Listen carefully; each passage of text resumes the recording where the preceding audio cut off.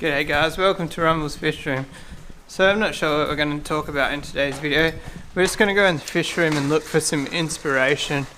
I've got a baby coming with me, and I've got a quick little question. I don't know if any audio technicians watch this channel, but it's a super nerdy, or pretty nerdy question. So the sub box in my car, it's got two 15 inches running at 1800 watts RMS. My issue is I don't listen to as much of the heavy stuff as I used to, and it's just a bit drony. The box is 30% over the recommended CMF, or the cubic centimeters, 30%. So I was thinking of drilling a series of 10mm holes in the box and like filling it with a couple of cans of expanding foam. So let me know if you think that'll tighten up the sound.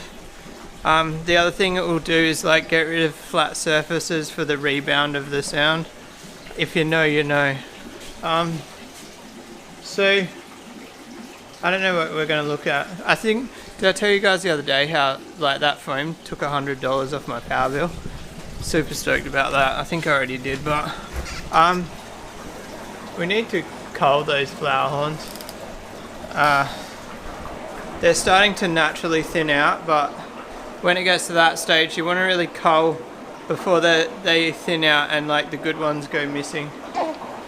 The lights in the fish room are flickering a little bit, but I'm not surprised. So, oh, we're fogging up. This transformer that's in this box here is like eBay spec, like $30. It's been running for a few years, so there's no surprise there that if it dies. I don't know, I kind of want to do something with the tank up there, but can't do it with the baby attached to me, but I'll show you the tank.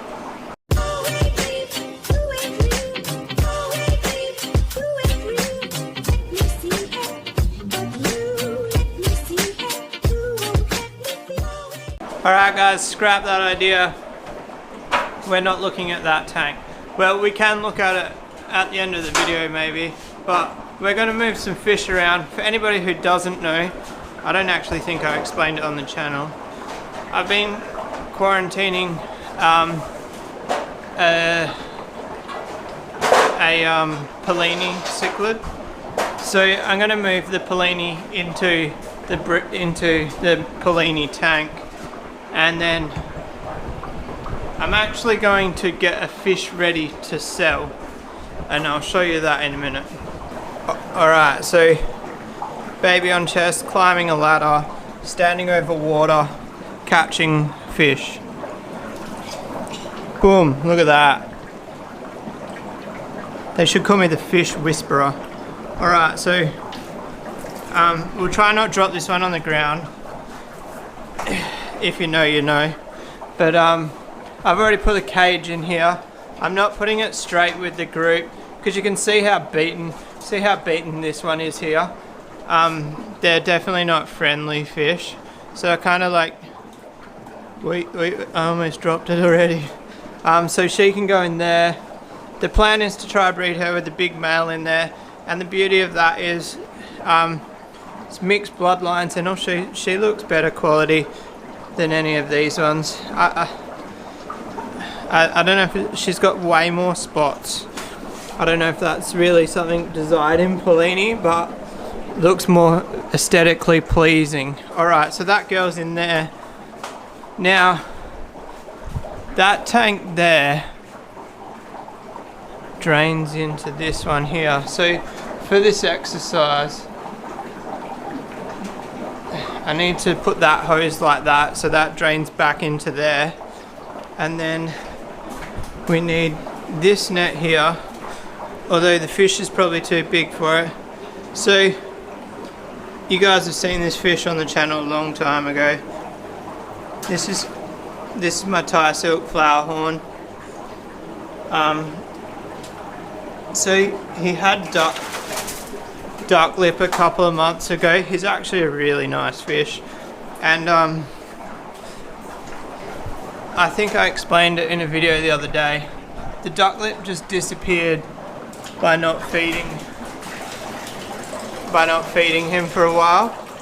But obviously not feeding a fish for a while isn't a great medication as such. So I think my plan is here, put it up in that tank there. The tank's way too small for him, but it will do for the quarantine. And I'm actually going to give him some medication, and just to clear him of any illness, so that if I sell him, I'm confident in selling him. So basically, I'm going to get a wet foot doing this. I wish I could get that to stay across a bit more. It is what it is. So I'm just going to take this standpipe out for a minute. I might actually stir the tank up a bit. A lot. Sorry, mate. Just so like some of the dirt actually gets... I don't mean to stress him out. That's like a rocket ship. So I'm dropping this for 2 reasons. One of them, the tank hasn't got a lid, I don't want him jumping out. And 2, if I drop the level, I can run less medication. I've got to get the sponge filter. I need to take the top off here. So I can't go any lower than that because of the sponge filter. Wow, you guys really can't see. Alright, so what I need to do is just take that plastic off that sponge filter there. I'm going to put the camera down to do this because I'm going to end up doing some damage, either breaking the camera or the baby. Alright guys, so I took the top off that filter, made an absolute mess because I stirred up that filter, and then I probably could have left the top on the filter because this medication's going to kill the bacteria anyway. So like I could have just left the top on and like put an air stone in the tank. But we're here now. So these are my go-to meds. Hexema Clear and Internal Parasite Clear. So I'm going to chuck them in. There's actually a fish in here that I want to medicate with this. I'm thinking about putting her up there in a basket just so she gets the medication. Check out this little girl here. Has she laid or is she... Oh, she laid in the sponge. Hang on. See if we can get some light on the situation. Oh, there's too much humidity or whatever you call it on the tank. She laid on the sponge. Anyway, so I've got a laying F3 female. That's pretty exciting. Maybe I can breed her with the F3 boy here. He's too small yet, but I don't know. That's cool. We can go for F4, guys. That's so cool. I love how small the girls can lay. It's pretty exciting. Obviously I could breed her with the other lines, but I really just only want to use her for F4. Anyway, this medication, so that's like not many liters now, so it should just be able to go. I'm not going to be able to do this with one hand. So that, did I already explain the medications? I can't remember.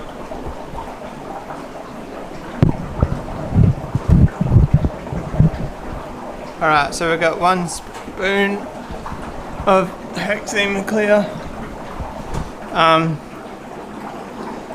The only medication that's my other go-to that's not here is tetracycline. But that's like these two here are pretty broad spectrum. I don't know, if I've got some tetracycline tablets I might add one, I might not. I'll make that decision in a minute. It's almost a full scoop, that'll do. So basically the problem with flower horns is they're really renowned for parasites and hexema. That's not how you say it. Hex something. I just call it Hex. So let's see if we've got a tetracycline tablet. We do. At least that way I know. I'm pretty sure you can use all these together. But these definitely nuke the filters. So one of them. And we need to find a little cage. Sorry if the footage is a bit shaky, guys. I've got a baby attached to me. There's a little cage somewhere, like a really small one.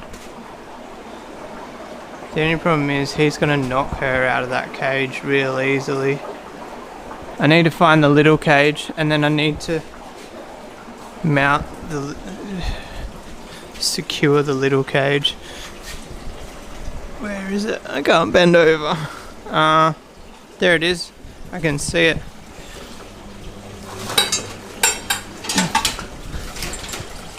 Alright, so there's a pretty good chance that he'll actually knock her out of this cage, but hopefully he sucks the whole time, then he won't knock her out. Oh, I can put the cage over the drain pipe. This is what I've done for another girl actually. So that sits over the drain pipe there, and then I'll get a piece of glass, or perspex in this case, and that will actually sit on top and weight it down. There's so much going on up here, I really need to clean it up. It's like out of sight, out of mind sort of situation. Do you reckon I'm going to just pick this girl up with my hand? Yeah. The weird thing about this girl is she hasn't been well for a very long time, but she's never infected the other fish. But she's definitely not healthy, but those 3 lots of medication, definitely win-win for both fish. The only thing I am risking there is like the chance of one of the fish giving the other fish a disease, but the fact that they're both not well, I'm not too worried about that. I need this drain pipe to drain onto the ground, so we're gonna have to go shopping in my world of shopping. Oh look, we only had to go shopping for 10 seconds. Alright, so this is a bit of a pain in the ass, really, especially with a baby. I've got to reach up there and attach that. So up there, I love these hoses, guys, you know it. If you've been watching, you know. So this is 32mm grey water hose from Bunnings. The best hose ever made. Literally so many purposes. I've got probably 200 meters of this hose. That's almost 10 30-meter rolls. That's probably about how much I've got. Alright, so are you guys fogged up, or what's the light doing? If we just zoom in a bit, so you know. So that just goes in there, and then that drains onto the ground like that, and it goes down this drain, because we don't want that meds going into the stingrays. I learned that the hard way, guys. I accidentally let a medicated tank drain into there, and I forgot that stingrays are super sensitive to medications, so I actually lost a couple of rays one time. It was like a minute amount of medication, it like the drain off from a tank just into them, and yeah, it was an expensive lesson. But do you reckon tomorrow's vid we should empty that tank of fish, not of water? But I've actually got, let's go have a look. So I've got a heater here. I need a double adapter. So the weather's warming up. Told you we're going to fix the pond once the weather warms up. Alright, so look right here.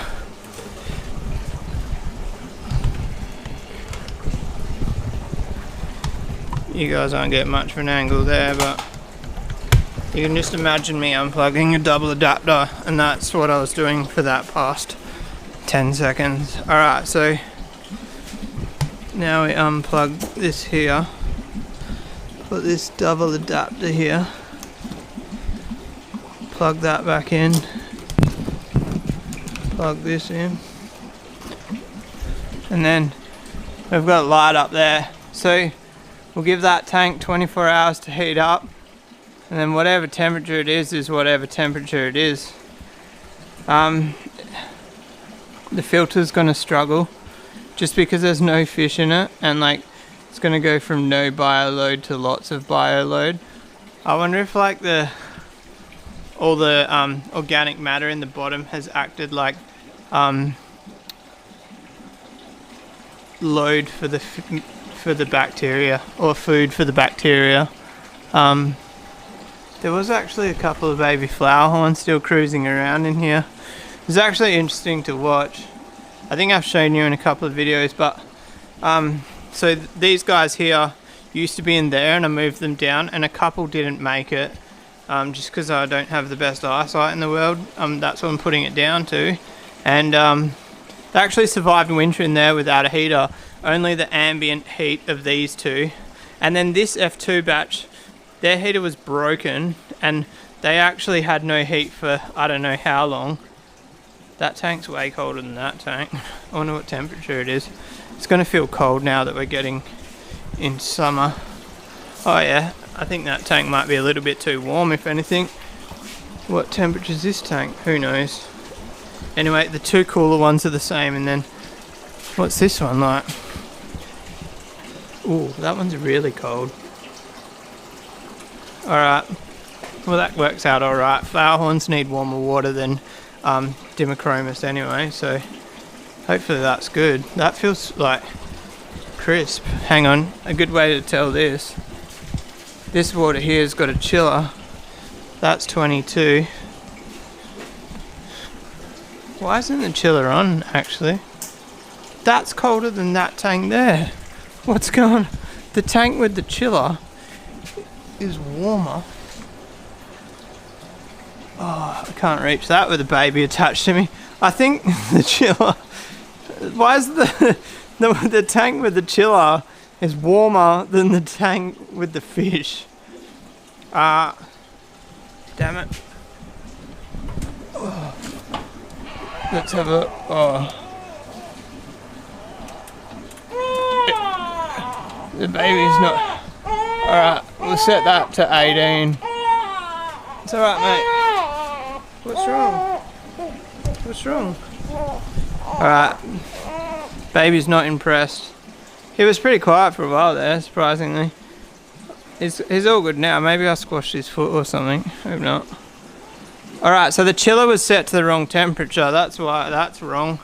I guess it was doing a good job at keeping it at 22 because it was set to 22. No focus. And it is 22. So we'll see if it's 18 tomorrow. So tomorrow I'm gonna do it. I'm gonna bite the bullet. We're gonna take the fish out of that pond. It's gonna be carnage, guys. I'm just gonna warn you. The giant gourami is gonna maybe attack the salmon tail catfish, or the other way around. Unfortunately, they're probably not going to be friends, but we'll see. What I'll do is I'll move them tomorrow night, and then I'll get up early the next morning and I'll check on them, and if there's any carnage, or I'll watch them that night as well. If there's any carnage, I'll separate them. The thing with the giant gourami, he'll leave the catfish alone as long as the catfish doesn't confront the gourami, if that makes sense. And then the Oscars, I'm not sure what's going to happen there. I think the Oscars might be small enough that the gourami will leave it alone. The gourami generally only attacks fish that are over like 40 centimeters. Alright guys, I'm going to wrap that video up there. I might try to feed the fish with the baby attached. The only problem with feeding the fish with the baby attached, I can't reach the top tanks very well. But it's good to give the missus a break, you know. I know a lot of you are curious, so I will tell you, I'm really loving being a father. The hardest part is going to work, just the fear of missing out. just because I need another reason not to want to go to work, you know. But anyway, it is great. It is great. If you like this video, give it a thumbs up. If you want to subscribe, hit that little red button. I've got to do a post about the 2,000 subscriber giveaway. There has been a winner drawn, but I haven't posted it yet. So what I'm going to do is I'm going to post the winner on my YouTube just as a picture, and if that person doesn't contact me within 10 days, I'm actually going to redraw. But it'll be redrawn in a different way maybe. I don't know. But anyway guys, peace out.